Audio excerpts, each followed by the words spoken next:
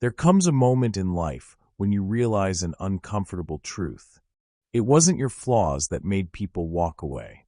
It was your strength. That silent, invisible yet powerful one. The kind that doesn't make noise, but changes the atmosphere of a room the moment you enter. If you're reading this, you probably know well that feeling of being too much for others. Too deep, too intense, too real. You've spent years wondering what was wrong with you, why people would come close only to pull away, why your authenticity seemed to disturb rather than attract. The truth no one ever told you. Spiritual strength is neither dramatic nor loud. It doesn't seek attention, but it's impossible to ignore. It radiates a truth that in a world built on illusions often becomes uncomfortable. As Carl Jung wrote, everything that irritates us about others can lead us to an understanding of ourselves. And you, simply by existing in your truth, become a mirror that many aren't ready to look into. First, your light activates the shadow in others. You're not trying to provoke anyone. You're not attacking. But your presence brings to the surface what others have buried. Jung called this phenomenon the shadow. That part of the psyche that contains everything we refuse to accept about ourselves. When you've made peace with your shadow, when you've integrated your dark sides, your energy becomes a catalyst for others unconscious. People feel exposed, vulnerable, without understanding why. It's not your fault if your clarity threatens their illusions. As Jung said, we cannot change anything until we accept it. And you represent that acceptance they're still avoiding. Second, you no longer play the roles others expect. Since childhood, you felt the pressure to be different from who you were. To speak in a certain way, believe in certain things, behave according to scripts written by others. But something in you always resisted. Not out of rebellion, but out of necessity of the soul. Jung described the persona as the social mask necessary to navigate the world. But the spiritually strong feel that mask suffocating their essence. When you stop acting, when you remove the mask, people panic. Because they had fallen in love with the character, not with you. And when the character disappears, they feel betrayed, even though you're finally showing the truth. Third, you see what others prefer to ignore. Your perception goes beyond the visible. You feel the unspoken lies, the hidden tensions, the truths buried under polite smiles.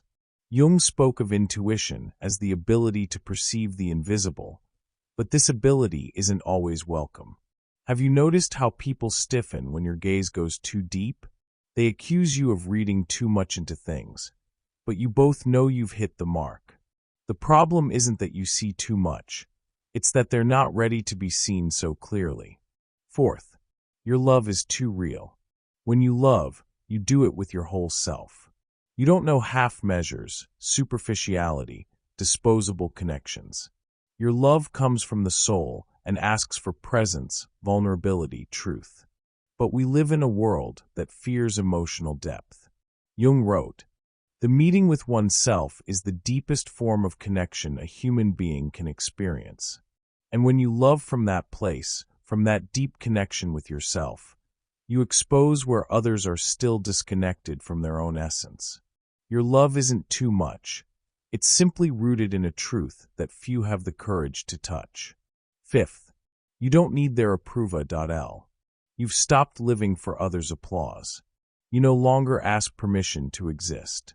This emotional autonomy, this inner sovereignty, terrifies those who still live in invisible chains of external approval. Jung called this process individuation, becoming who you truly are beyond social conditioning. It's a journey few undertake, and even fewer complete. Your inner freedom reminds others of their prison, and this creates discomfort, distance, sometimes hostility. Sixth, your energy heals, but not everyone wants to be healed.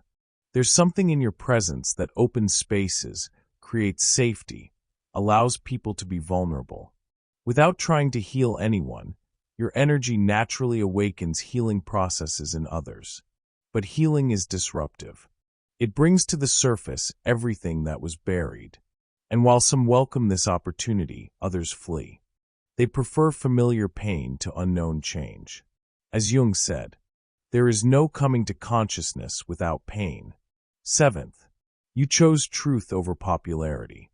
There was a moment when you decided to stop pretending, to no longer smile to keep the peace, to no longer hide your essence to be accepted. That choice changed everything. Truth doesn't make you popular. It makes you free. And freedom scares those who still live in golden chains of social conformity. Jung observed, the privilege of a lifetime is being who you truly are. But this privilege costs solitude, misunderstanding, sometimes rejection. The liberating truth. You were never the problem. You were the solution the world wasn't ready to accept. Your sensitivity isn't a flaw, it's a gift. Your depth isn't excessive, it's necessary. Your authenticity isn't wrong, it's revolutionary. Every person who rejected you freed you from the weight of pretending. They returned to you the energy you were wasting trying to be accepted by those who didn't deserve you. As Jung wrote, who looks outside dreams, who looks inside awakens. You chose to look inside, to awaken, to live from your deepest truth. If you recognize yourself in these words, you're not alone. As you read these lines, perhaps you feel that familiar knot in your throat. That sensation of finally being seen, understood, recognized for who you really are. If so, leave a like on this video, not for the algorithm, but as a silent signal to other souls who recognize themselves in this truth. Every like is a hand extended toward those who feel different, misunderstood, too much for this world. The final truth. Your solitude is sacred. Jung wrote, loneliness does not come from having no people around you, but from being unable to communicate the things that seem important to you. This phrase touches the heart of the pain you carry. It's not the lack of people in your life. It's the lack of people who understand the depth of your being. But here's a revolutionary perspective. Your solitude isn't a punishment. It's preparation. It's forging you, refining you, preparing you to meet your true tribe.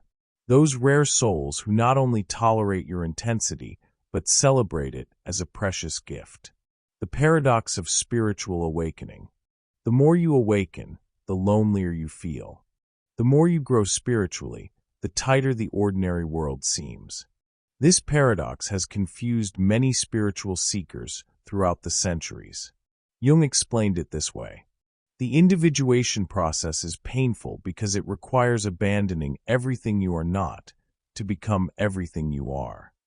You're living this process. Every person who walks away, every relationship that ends, every moment of solitude is part of this sacred transformation.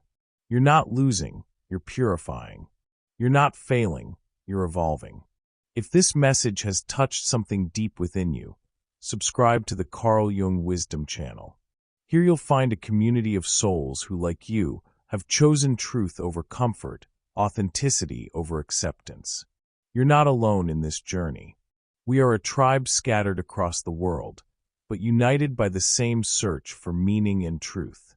Society has made you believe that being different was a problem to solve. But Jung revealed a revolutionary truth.